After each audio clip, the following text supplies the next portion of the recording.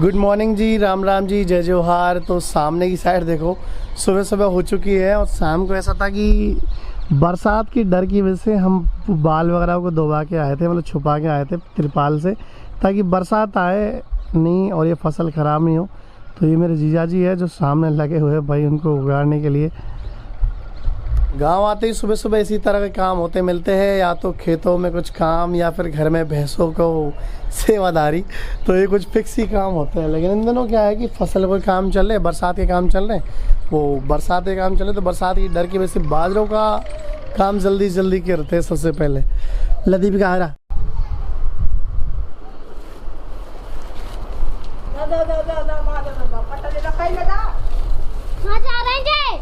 कितने कट्टा है? ज़्यादा कट्टा हो गया ना। तू चलेगा? चल तो चल, तू चल भाई। कल क्या थोड़ा सा बाजरा खेत में रह गया था, तो अभी उसको लेने के लिए जा रही है भाई ये सेना। हाँ आ जाओ आ जाओ आ जाओ, सब आ जाओ। Very good. और तू आगे आगे,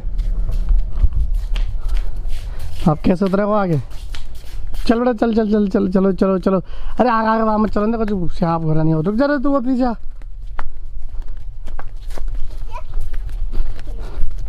हाँ आप चल तो चल, मेरे संग चले। चल चल चल चल चलो चलो चलो चलो। ऐसे में ला रहा है कैमरा देख नहीं आए, इनकी छुट्टी हुई और छुट्टी होते ही मेरे संग संग आ गए। हाँ तो ये है भाई मेरी छोटी भांजी। नाम बता बेटा, नाम क्या आपका? वैष्णवी। तो कैमरे की तरफ देखना इधर। वैष्णवी, जिसका एक दांत मुँह से लेगो। मुँह से लेगो नहीं लेगो, तो बता नाम बता जल्दी। वैष्णवी। जोर से बोल। वैष्णवी।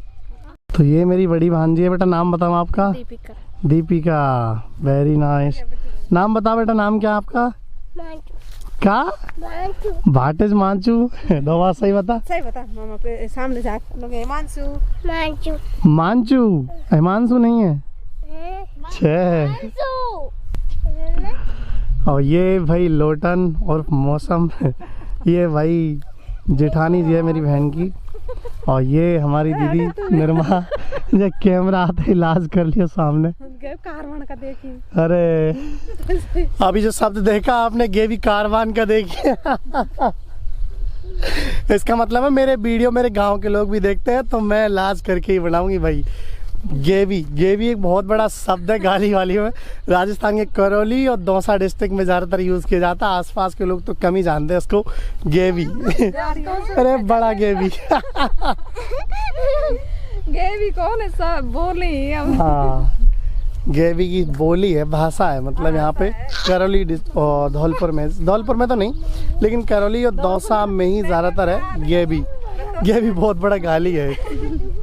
जो बाजरे कच्चे रह जाते हैं, जिनमें बाल नहीं आ पाती, उनको बोलते हैं पोइया। और ये भैंसों को चलाने के लिए काम में ले जाते हैं। फिर ये छोटी छोटी साइज के।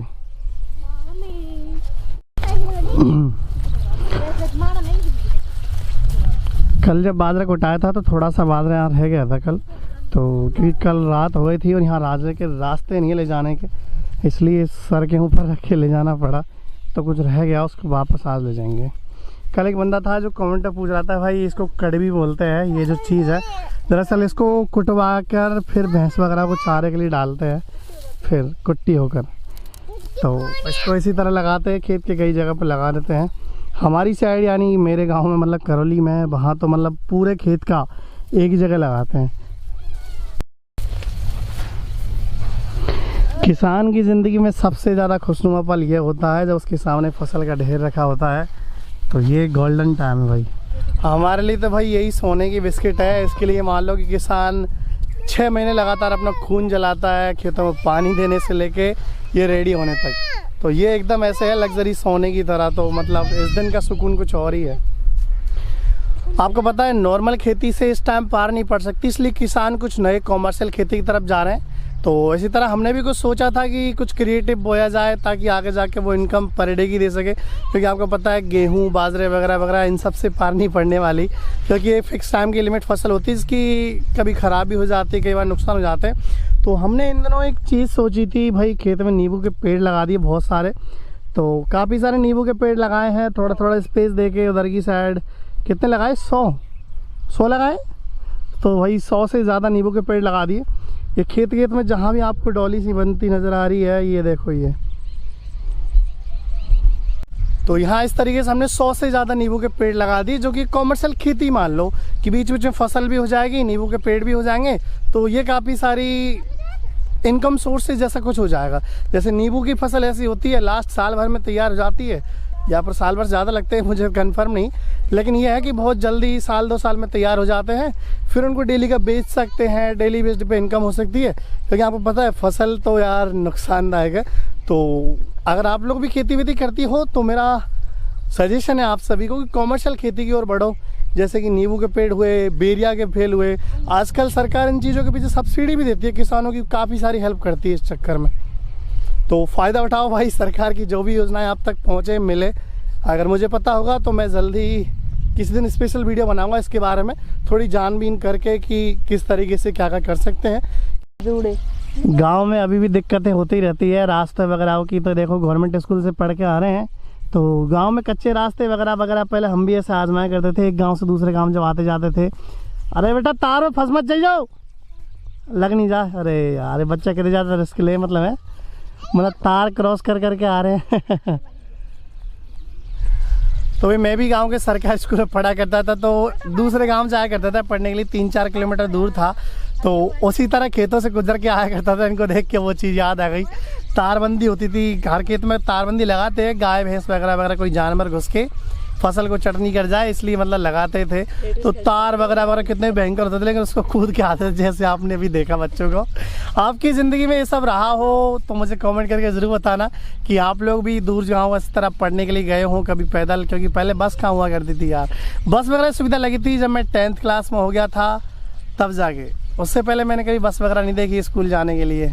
आपकी ज़िंदगी का भी एक्सपीरियंस मेरे साथ ज़रूर शेयर करना, कमेंट बॉक्स में बताना कि आप लोग पैदल स्कूल जाया करते थे या नहीं, या फिर आपके लिए शुरू से बस मिल गई मतलब स्कूल जाने के लिए।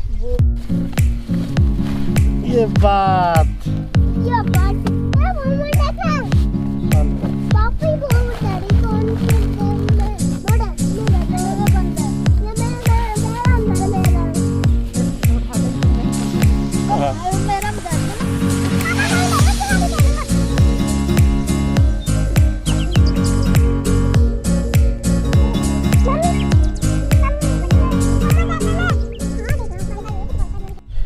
मैं क्या बहुत सारी बहनों से मिलने के लिए आता जाता रहता हूँ, तो लोगों को कन्फ्यूजन था कि ये तुम्हारी असली बहन है क्या।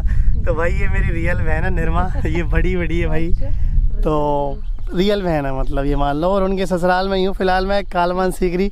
बहुत सारे यहाँ के भी लोग आसपास के पूछते हैं भाई कौन सी जगह पर रुका हुआ हूँ। तो कालमान है गाँव का नाम, और ये खजुराहो की ढाणी है जहाँ पर मैं रुका हुआ हूँ फिलहाल में। बहुत सारे लोग पूछते हैं कि यार यह जो आप काम करते हो डेली रूटीन का, किसानों वाली लाइफ, तो इसमें दिक्कतें कितनी सारी होती होंगी। दरअसल दिक्कतें कुछ नहीं, इस चीज़ की आदत पड़ जाती है। जैसे आप भी घर का कोई भी काम करते हो, या आपका बिजनेस, आपका जो भी जॉब है वो काम करते हो, आपको उसकी चीज़ की आदत लग जाती है। लाइक कॉल सेंटर वाले, अगर हमको कोई 13 घंटे के लिए कॉल पकड़ा दे भाई फ़ोन पे कि फ़ोन में बात करो, बिल्कुल नहीं हो सकती, लेकिन उनके लिए वो काम आसान है। तो उसी तरह किसानों की ज़िंदगी है, हम भी किसान लाइफ में पता नहीं चलता कि कब कब क्या क्या हो जाता है, हाथ में छाले पड़ते हैं नहीं पड़ते, ये सब देखने दिखाने लायक की चीज़ें नहीं होती, और पता ही नहीं लगता कम सारा काम हो जाता है। तो भाई ये है मेरी नानबड़ी, मेरी बहन की सास। राम राम नानबड़ी। राम राम भाई, राम खुश रहो। मेरी महीने भर पहले की वीडियो आई थी जिसमें मैंने आप सभी को बताया था, हमारे यहाँ बहन की सास वगैरह को बोलते हैं भाई नानबड़ी, और ससुरे को बोलते हैं नानबड़ा। जयपुर की साइड ज़्यादातर जो बहन की सास वगैरह होती है उसको बोलते हैं ब्याण जी वगैरह। तो हमारे ब्याण जी वगैरह तो जो भाई हमारे फादर और ये इनकी बहन की सास वगैरह आपस में बोलते हैं ब्याई जी ब्याण जी। तो जयपुर का अलग रूल है, हमारे यहाँ के क्या बोलते हैं, आपके यहाँ क्या बोलते हैं बहन की सास को, कमेंट करके ज़रूर बताने। है चीज़ स्पेशल है भाई। पहले नानबड़ी जब मैं बोलता था तो लोगों को लगता था कोई खाने की चीज़ है, बाद में पता चला भाई नानबड़ी रिश्तेदारी का नाम है। बहन की सास वगैरह को नानबड़ी बोलते हैं हमारे यहाँ। ये चीज़ ज़रूर बताना कमेंट करके कि आपके यहाँ क्या बोलते हैं। शाम को 5 बजते ही फिक्स टाइम होता है भाई दूध काटने का, क्योंकि भैंस वगैरह इस टाइम रहने लग जाती है, बोले तो वही अपनी आवाज़ में। शाम को फिक्स 5 बजे 4 बजे, हर जगह इसकी टाइमिंग अलग अलग होती है। तो ये सारा सीन है।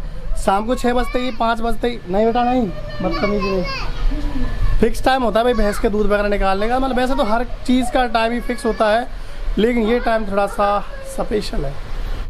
तो भाई शाम को बज चुके हैं 6:14 और अभी हम आ चुके हैं ग्वार की फली की सब्ज़ी तोड़ने के लिए। ऐसा है कि ग्वार की फली गांव में अक्सर मिल जाती है, खेत वगैरह में बोते हैं, और अड़ोसी की हो पड़ोसी की हो, बस तोड़ने से मतलब होना चाहिए। ऐसा नहीं कि भाई हमारे खेत हो, कहीं भी चढ़ जाते हैं। गांव में आज भी वो तालमेल होता है एक दूसरे खेतों से सब्जी वगैरह ले जाने करने का, तो यही सारा कुछ प्रोसेस है। तो अभी मैं घर ले जाने के लिए तोड़ रहा हूँ भाई ये सब्जी वगैरह, और शाम को यहाँ भी बनाएंगे ग्वार की फली की सब्जी। और खेत से तोड़ी बिल्कुल नॉर्मल होती है, तो ये खेत से तोड़ी हुई ना एकदम स्पेशल होती है। और जो चीज़ आप तक पहुंचती है ना वो उसमें केमिकल वगैरह पता नहीं कैसे कैसे उगाई होती है, लेकिन एक पेवर जो गोबर होता है ना, खाद देसी, उससे बनती है भाई। तो दीपिका को बना दिया फोटोग्राफर, क्योंकि थंबनेल के लिए फ़ोटो इसी ने लिया है। ये मेरा दूसरा वाला सोनी वाला कैमरा। ये मोबाइल बेटा, मोबाइल का शौक मत करो कर तू। तो सब्जी वगैरह तोड़ ली है कंप्लीट, अभी घर के लिए निकलते हैं। और सबके सब फैमिली आ गई, मतलब ये तोड़ने के लिए। जल्दी जल्दी हो जाता है काम घर के, हर छोटा से छोटा बड़ा से बड़ा बंदा हर घर के छोटे छोटे बड़े से बड़े काम में हाथ निभाता है, इसलिए जल्दी जल्दी हो जाता है सारा काम। ये है पूरा किस्सा जुगाड़ जो भी है। तो हमारे यहाँ ग्वार तोड़ना उस तरीके का है जैसे कि आसाम में बागानों में चाय तोड़ने जैसा है। एक बाल्टी पकड़ी है नरमा बहन जी ने, ये देखो, और बाल्टी में डाले जा रहे जैसे असम वगैरह में वो डालते हैं उस तरीके से। ले आ जाओ, ये तगड़ी सेल्फी ले रहे भाई, कैमरा मत पटे दीजिए, आ जाओ जल्दी चलो। तो भाई घोल रेडी हो चुका है जो हम बनाने वाले हैं स्पेशल डिश का। ये घोल कुछ स्पेशल है, ऐसा है कि ये एक स्पेशल डिश है जो हमारी दादी माँ बनाया करती थी, और अब ये कुछ फिक्स ही लोग हैं हमारे घर में जिनके हाथों से बन पाता है, जिसका नाम हमारी साइड बोलते हैं चीला। ये पराठे जैसा कुछ है, और लेकिन पराठा कुछ और ही चीज़ है। और ये कैसे बनती है आओ चलो दिखाते हैं। हालांकि लाइट वाइट की कमी है बाहर चूल्हे पे, लेकिन हमने टॉर्च का जुगाड़ कर लिया वहाँ, तो दिखाते हैं आपको वही स्पेशल डिश कैसे बनती है। ओहो, तो ये है भाई कुछ तरीका, देखो ये एकदम आमलेट की तरह है, लेकिन आमलेट से काफ़ी अच्छा तरीका है इसका। ये प्योर शुद्ध एकदम क्या बोलते हैं उसको, वेजिटेरियन है, बोले तो शुद्ध शाकाहारी। और इसको चीनी मिलाते हैं, इसमें चीनी मिलाई है ना, चीनी और क्या मिलाया हमें, चीनी घी देसी, चीनी और देसी घी। और ये है भाई कुछ, इसको बोलते हैं हमारी साइड चीला। एक मिनट दोबारा इसको शुरू से बनने की प्रोसेस दिखाता हूँ एक बार। ये कुछ स्पेशल है इसलिए इसको दिखाना पड़ेगा ढंग से।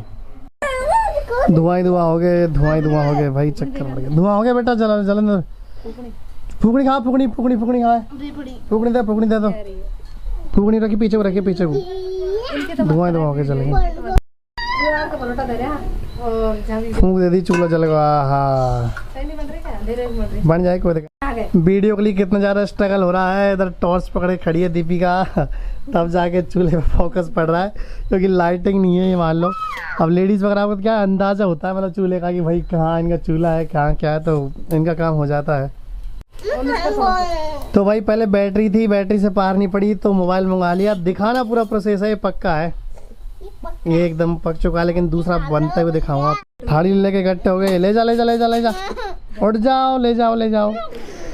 तो भाई सबसे पहले घी डालते हैं तवे में, घी डालने के बाद हाथ से देखो, मतलब इसको हाथ से करते हैं, ये है मेन चीज। तरीके से हाथ से इसको एकदम ऐसे कर देना, इसको रोटी की तरह हाथ से होता है दरअसल। एक साइड इसमें चम्मच वगैरह नहीं लगाते, बाद में लगाते हैं, लेकिन आमलेट से काफ़ी अलग है। इसमें घी में देखो हाथ से करना पड़ता है काफ़ी कुछ। तो इसके चारों तरफ फिर से घी लगा देते हैं,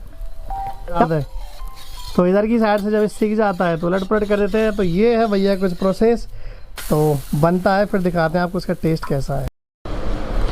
तो भाई रेडी अपना माल दिखाता हूँ आज खाने में है। ये चीला तो जो मैंने दिखाया, एक को आमलेट बोल सकते हैं, लेकिन इसके लिए थोड़ी सी हार्ड स्ट्रगल होती है। बाकी प्याज है और ये चने की दाल। तो आ जाओ, सारे भंडारे में इन्वाइट है, ये सब के सब बैठ के खाने एक ही खाट में। गाँव को ये नज़र बाकी अल्टीमेट होता है भाई।